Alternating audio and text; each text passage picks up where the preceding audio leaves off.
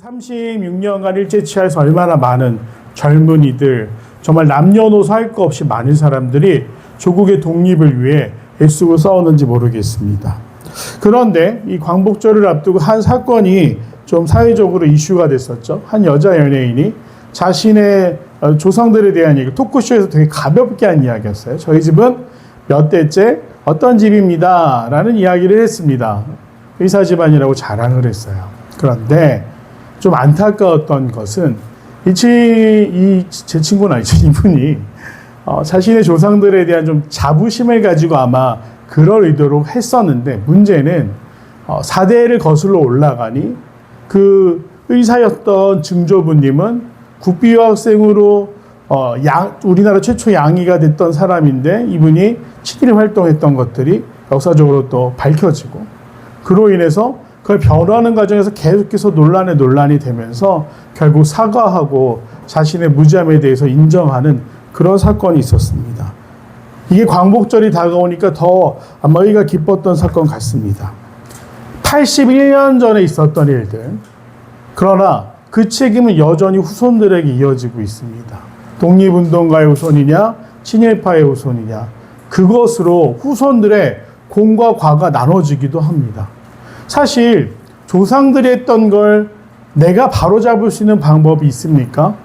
없습니다. 그러나 우리가 기억해야 될 것죠. 우리가 신치호 선생님 이야기로 알고 있는 역사를 잊은 민족에게 미래는 없다는 사실 잘못된 정보입니다. 신치호 선생님은 그런 이야기를 하신 적이 없어요.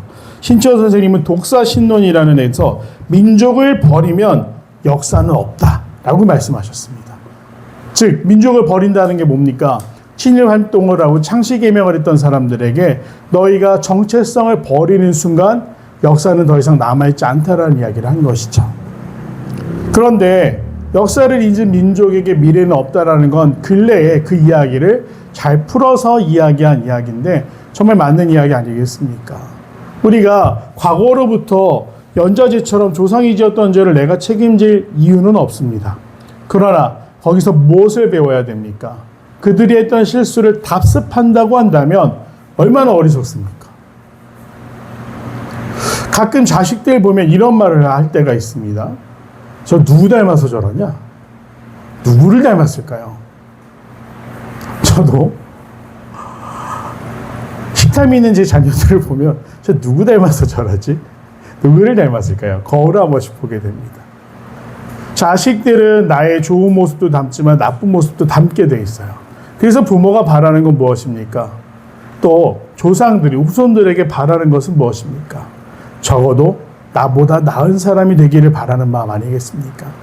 오늘 여호수아, 이 성경을 쓴 여호수라는 사람이 출애굽, 엑소더스라고 하죠. 모세란 위대한 지도자가 이집트에서 포로처럼, 원래는 포로가 아니었어요. 이주했던 한 가문이 성대한 민족을 이루었고, 그들이 두려워지자 애굽인들은 그들을 핍박하기 시작합니다. 그 핍박 아래 있었던 하나님의 백성들을 모세가 다시 하나님이 약속한 땅으로 갑시다 하고 이집트를 빠져나오는 과정이 출애굽이라고 합니다. 바다도 건너고 바위에서 물도 나고 광야 한가운데서 60만이 넘는 사람들이 쫄쫄 굶고 있을 때 하나님이 만나 메추라기로 먹이시기도 하면서 그들이 광야 생활 40년 동안 여태까지 이집트의 노예로 살려왔던 모든 관습과 행동들, 신앙을 버리고 하나님 앞으로 가는 훈련을 받은 후에 정복 전쟁이 시작됩니다. 이 정복 전쟁을 이끌었던 지도자, 모세의 다음으로 이스라엘 사람들을 이끌었던 지도자가 바로 여호수아입니다. 여호수아는 두려웠습니다. 모세가 워낙 바다를 가르죠, 위대한 일들을 행하면서 나도 이 백성을 이끌 만한 능력과 힘이 나에게 있을까? 고민할 때 그때 하나님이 여호수아에게 여호수아 1장에서 뭐라고 말씀하셨냐면 내가 너와 함께하리라라고 말씀하셨어요. 그때도 여호수아는 담대하게 외칩니다. 나와 내 집은 여호와를 섬기며 하나님의 뜻대로 이 전쟁을 수행하겠다. 그러자 두려워하던 이스라엘 백성들이 뭐라고 고백하는가 하면 우리가 잘 알고 있는 찬양의 가사입니다. 말씀하시면 나아가고 말씀하시면 멈춰서겠습니다. 그래서 정복전쟁이 시작이 됩니다. 쉽지 않은 전쟁이었지만 이제 모든 지파들에게 땅을 분배한 후에 자신의 사명을 다 완수한 여호수아가 남긴 유언이 바로 오늘의 본문입니다. 그는 뭐라고 이야기합니까? 이제는 여호와를 경외하며 온전함과 진실함으로 그를 섬기라. 너희의 조상들이 강 저쪽과 애굽에서 섬기던 신들을 치워버리고 여호와만 섬기라. 만일 여호와를 섬기는 것이 너에게 좋지 않게 보이거든 너희 조상들이 강 저쪽에서 섬기던 신들이든지 또는 너희가 거주하는 땅에 있는 이 아모리 족속의 신들이든지 너희가 섬길 자를 오늘 택하라. 오직 나와 내 집은 여호와를 섬기겠노라. 아멘. 이 여호수아는 한결같은 고백을 합니다. 나와 내 집은 여호와를 섬기겠다. 광복절을 맞이하면서 다시 한번 우리가 생각해 보았으면 하는 것이 있습니다. 후손이란 누구인가? 후손은 무엇을 하는 사람들인가? 또 그 후손들이 지켜내기 위한 가치는 무엇이며 어떻게 지켜나갈 것인가에 대한 이야기를 해보고자 합니다. 먼저 후손은 누구입니까? 이 질문에 저는 이렇게 답하고 싶습니다. 후손이란 이어가는 사람들이다. 조상이 남긴 것들 중에서, 선조들이 남긴 것들 중에서, 부모들이 남긴 것들 중에서 좋은 것들을 이어가기 위해 자원하는 사람들. 스승이 되어 제자들을 가르칠 때 가장 정말 내 안에 내 심장을 뜨겁게 하고 따를 만한 가치라고 말하는 것들을 그들에게 가르치기 위해 쓰는 사람들. 이 사람들이 진정 후손이라고 할 수 있을 것입니다. 말로만 내가 누구의 후손이다라고 말하면 그 말에 힘이 있습니까? 없습니다. 그런데 그에게 행동이 함께할 때, 실천이 함께할 때, 우리가 지난주 야고보서의 말씀처럼 행함이 있을 때 그의 후손으로서의 가치가 빛이 나는 것입니다. 여호수아는 결단합니다. 모든 백성들을 세겜이라는 곳으로 모았어요. 왜 세겜이었는가? 여호수아가 세겜으로 모인 이유는 여기가 아브라함이 가나안 땅으로 들어와서 처음 단을 쌓았던 성스러운 곳이 세겜입니다. 또 하란이라는 곳에서 야곱이 자신의 딸 디나가 수치스러운 성범죄를 당하자 각성하고 우상을 버리고 결단했던 곳이 바로 이 장소입니다. 그래서 이 세겜 하면 뭐냐? 하나님 앞에서 우상을 버리기를 약속하고 다시 새롭게 마음을 정하는 곳이 세겜이었기 때문에 모든 백성들을 세겜 땅으로 모아서 거기서 오늘 나는 이제 하나님 앞에서 나와 내 집은 하나님만을 섬기겠다라는 선포를 한 것이죠. 정말 진실된 마음으로 그리고 간절한 마음으로 오늘 백성들에게 그가 남겨야 할 가치에 대해 이야기하는 것입니다. 우상이 좋아 보이면 우상을 섬겨라. 수많은 것들이 사람들의 관심과 마음을 빼앗고 있습니다. 그런데 오늘 여호수아는 다시 한번 이야기합니다. 나와 내 집은 무엇을 위해 살아가는가? 누구의 편에 서겠는가? 누구의 가르침을 이어갈 것인가? 라는 선포를 하고 있는 것이죠. 자, 그렇다고 한다면 후손은 무엇을 해야 됩니까? 여기서 한 가지 질문을 더 해보고 싶습니다. 후손은 무엇입니까? 근데 먼저 우리가 누구의 후손인지를 분명히 해야겠죠. 첫 번째 질문입니다. 나는 먼지에 속한 아담의 후손입니까? 내 욕망대로 욕심대로 살아가고 하나님처럼 되기를 원하며 살아가고 있습니까? 아니면 우리를 그 죄에서 구원하신 예수 그리스도의 후손으로 살아가고 있습니까? 공을 이어갈 것인가 과를 이어갈 것인가? 어떤 사람들을 보면 부모를 원망합니다. 자신이 정말 말도 못할 흉악한 일들 또 이기적인 행동들을 한 후에 자신이 잘못 배워서 그렇다고 부모 탓이라고 조상들의 탓을 하는 사람들이 있고요. 또 어떤 사람들은 내가 좋은 것들을 이어가기에 애쓴다 라고 말하며 감사하는 사람들이 있습니다. 이 시간 이 질문들 앞에서 우리가 결단하기를 원하는 것, 우리는 원죄의 후손 아담의 후손이 아니라 우리를 새롭게 하신 예수 그리스도의 후손이라는 것을 깨달아 그분 예수님께서 남기신 복음을 이어나갈 사람들로 결단할 수 있는 귀한 자리 되기를 간절히 소망합니다. 그 가치, 복음의 가치를 이어가야 됩니다. 여호수아는 17절에서 21절에 우상에 대한 경계를 계속하고 있습니다. 하나님이 친히 우리를 인도해 내셨다.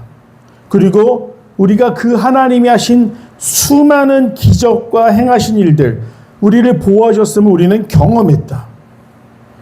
그리고 우리 앞에 가장 두려운 존재들도 하나님이 모두 흩으시고 쫓아내셨다. 나는 이제 그 하나님을 섬길 것이다. 그런데 너희들이 다시 이방의 우상들을 섬긴다면 하나님이 심판하실 것이다. 경고를 하고 있습니다. 우상을 버리고 죄를 떠난 삶을 강조하면서 우상으로 돌아가지 말 것을 간곡하게 그리고 강력하게 이야기하고 있는 것이죠. 그런데 왜 사람들은 실수를 반복합니까? 여기서 지켜야 될 가치에 대해서 그것이 우리 안에 있는가 밖에 있는가를 생각해 봐야 됩니다. 행동으로는 잘 따르는 것 같은데 정신, 마음을 따라가지 못하면 어떻게 됩니까? 유혹이 올 때, 그 마음 가운데 다른 것이 들어올 때, 욕심이 들어올 때 쉽게 그 유혹에 넘어가게 되어 있습니다. 그것이 돈이든지 성이든지 아니면 명예든지 권력이든지 나를 이롭게 하는 것이라면 내가 얼마든지 타협할 수 있다. 이런 상태가 된다면 이어갈 수가 없겠죠. 복음의 능력은 우리 안에 있습니까? 우리 밖에 있습니까? 우리 안에서 역사하기를 간절히 소망합니다. 성경을 읽는데 그냥 좋은 얘기지 하고 흘려보내면 아무런 변화도, 아무런 능력도, 아무런 열매도 맺을 수가 없습니다. 그러나 그 복음이 우리 안으로 들어오는 순간 어떻게 됩니까? 삶이 변화되는 것이죠. 오늘 여호수아가 이야기하는 것, 우상에 대해서 계속해서 강조하는 바는 그것입니다. 너희 마음 깊은 곳에 하나님이 주시는 마음을 가지라는 것이죠. 단순히 겁을 주는 게 아닙니다. 이방인 우상들을 섬기게 되면 벌 받을 거야. 그러니 조심해. 이런 단순한 이야기를 하는 게 아니에요. 삶이 무너지고 관계가 깨어지고 파괴적인 역할을 하는 우상들을 버리고 인간의 욕심을 통해 만들어진 신들을 버리고 이제는 참된 신이신 하나님 한 분만을 따르라고 이야기하는 것입니다. 무엇을 물려줘야 되는가? 무엇을 가르칠 것인가? 지금 나는 이어가는 가운데 있습니다. 선조들이 남긴 신앙의 믿음의 선배들이 남긴 그 복음의 유산을 물려받는 입장이기도 하지만 이제 자라갈 다음 세대에게 흘려보내야 하는 입장이기도 합니다. 무엇을 남기시기 원합니까? 무엇을 전하시기 원합니까? 내 안에 그만한 가치가 있는 일이다라는 확신이 있습니까? 오늘 여호수아의 결단을 보면서 우리가 마음에 뜨거운 결단이 있기를 원합니다. 그러기 위해서 후손들은 그럼 이제 무엇을 해야 되느냐? 이어나가는 실천, 이어나가는 행동이 필요하지 않겠습니까? 제가 어저께 약 이틀 동안 목요일 금요일 극동방송에서 주최하는 나라사랑 축제라는 곳에 참석을 했습니다. 여수하고 익산에서 하는데 저는 운전해서 간 건 처음인지라 너무 멀어서 깜짝 놀랐습니다. 가도 끝이 없더라고요. 산과 들과 들판을 보면서 감사하며 막 찬양하며 가는데 한 3시간 넘어가니까 말이 없어지고요. 그 다음부터는 언제 도착하지 애꿎은 내비만 탓했습니다. 한참을 내려갔어요. 정말 긴 시간을 운전해서 현장에 도착했습니다. 그런데 행사가 7시인데 줄을 일찍 서야겠다는 생각이 3시부터 줄을 섰어요. 거의 한 10몇 분 없었습니다. 그 행사 실내 체육관이 가득 찼었는데 굉장히 성황리에 되는데 그 제일 앞에 저희 가족이 도착한 겁니다. 그리고 3시간을 막 땡볕에 기다리면서 이게 그럴 만한 가치가 있나? 이런 생각을 기다려 들어갔어요. 어린이들의 찬양이 울려 퍼지고 대한민국의 위기의 순간들에 개입하시고 역사하신 하나님에 대해서 찬양하는데 제가 눈물을 못 참고 터트린 순간이 2순간이 있었습니다. 하나는 독립군이 불렀던 애국가. 안익태, 우리가 애국가 하면 어떻게 알고 계십니까? 작곡자는 알려져 있어요. 안익태 선생님은 알려져 있습니다. 그분에 대한 여러 가지 공과 과에 대한 평가는 뒤로 하고더라도 작곡은 안익태. 근데 작사는 미상입니다. 그래서 작사가가 누구냐 막 이런 여러 가지 일들이 있어요. 완창호 선생님이 하셨다는 얘기도 있고요. 또 다른 분이 하셨다는 이야기도 있어요. 그런데 중요한 거 지금은 한은님이라고 가사가 바뀌어져 있습니다. 하지만 제가 초등학교가 아니라 국민학교를 다니던 시절에도 하나님이 보호하사 우리나라 만세 이렇게 돼 있었어요. 초기 애국가는 우리가 잘 알고 있는 멜로디, 오랫동안 사기였던, 그 다음에 찬송가로 알려져 있는 그 멜로디에 독립투사들이 애국가를 만들어 불렀습니다. 동해물과 백두산이 마르. 근데 제가 그러면서 이 땅을 지키기 위해 지금 제 나이보다도 어렸던 청춘들이 목숨을 걸고 그 모진 고문과 폭력 앞에서도 조선의 독립을 위해서 애썼던 사람들의 얼굴이 지나가는데 정말로 하나님이 이 나라를 보호하사 오늘까지 지키셨구나라는 생각에 눈물이 멈출 수가 없었습니다. 그리고 두 번째는 손양원 목사님이라고 계신데 이분이 누구시냐면 한센병이라고 잘 성경에 나오는 문둥병, 나환자. 아주 최악의 피부병인데 증상을 가지고 있습니다. 신경을 마비시키고 살을 썩게 하고 그래서 말초신경부터 즉 몸의 끝에 있는 부분들부터 썩어 죽게 만드는 병이 전에 문둥병이라고 몇 번 말씀을 드렸습니다. 한국의 이 문둥병, 한센병이라고 하죠. 이 걸리신 분들이 여수 끝에 있는 소록도, 사슴이 뛰노는 아름다운 섬이라고 불리는 소록도에 강제로 이주해서 격리됐습니다. 현재는 종료된 질병으로 선포되어 있기 때문에 그 후유증을 앓으시는 분들이 고령이 되셨어요, 벌써. 그분들이 거기에서 의료진의 돌봄을 통해서 살아가시고 또 하나님 부르실 날만 기다리는 곳입니다. 저도 청년 시절에 소록도에 가서 봉사해 봤는데 쉽지 않았어요. 그 모습을 받아들이는 것도 쉽지 않았고 거기서 봉사하는 일들이 결코 쉽지는 않았습니다. 그런데 그 애향원, 가족에게 버림받고 사람들에게 버림받아서 이스라엘이나 우리나라나 문둥병자가 살 수 있는 곳은 없었습니다. 환영받는 존재가 아니었죠. 그 사람들을 데리고 소록도로 가셔서 그 사람들을 위해서 평생 그 상처에서 고름을 빨고 그들을 돌봤던 사람이 누구냐? 손양원 목사님이라고 계십니다. 근데 이분이 6.25가 터지자 두 아들이 공산주의를 맹신하던 청년에게 살해당합니다. 하나님을 부정하고 공산주의를 인정하라는 그들의 폭력 앞에 두 아들이, 중학생이었던 아들이 둘이 다 죽었어요. 근데 이 손양원 목사님이 어떻게 했냐면 법정이 이렇게 시작이 되는데 자기 아들을 죽인 그 살인범을 변호합니다. 잘못된 배움을 받아서 저렇게 된 거라. 적극적인 면에 원래 사형을 받아야 될 사람이 사형을 받진 않았어요. 그리고 어떻게 하시냐? 그를 양자로 입적합니다. 자기 아들을 삼은 거예요. 그 과정을 보면서 그걸 한편의 찬양이 오늘 우리가 불렸던 나의 모습, 나의 소유 주님 앞에 모두 드립니다라는 찬양이랑 아이들이 찬양을 하면서 그 손양원 목사님의 삶을 재현하는데 어떻게 눈물을 참을 수 있었겠습니까? 그리고 손양원 목사님의 기도가 뒤에 배경으로 쭉 올라가는데요. 나처럼 더러운 그 욕심쟁이의 삶에서 순교하는 아들들을 주시면 감사밖에 없어요.